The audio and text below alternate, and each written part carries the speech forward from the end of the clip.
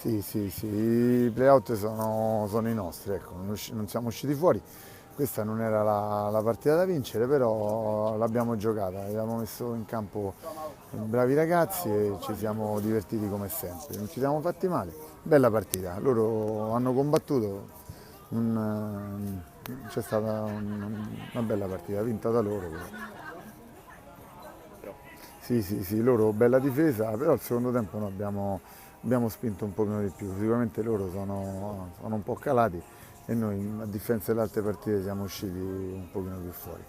Abbiamo fatto bei tiri, belle azioni, però non abbiamo concluso. La difesa loro è molto, molto buona.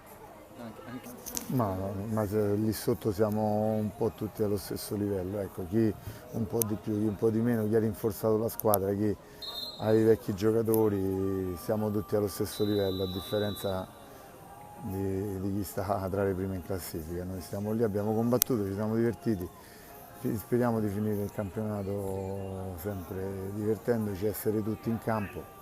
Mancano 2 o 3 partite tra l'ultima di campionato e le ultime 2 di play-out, vediamo un attimo come risolviamo. Ecco.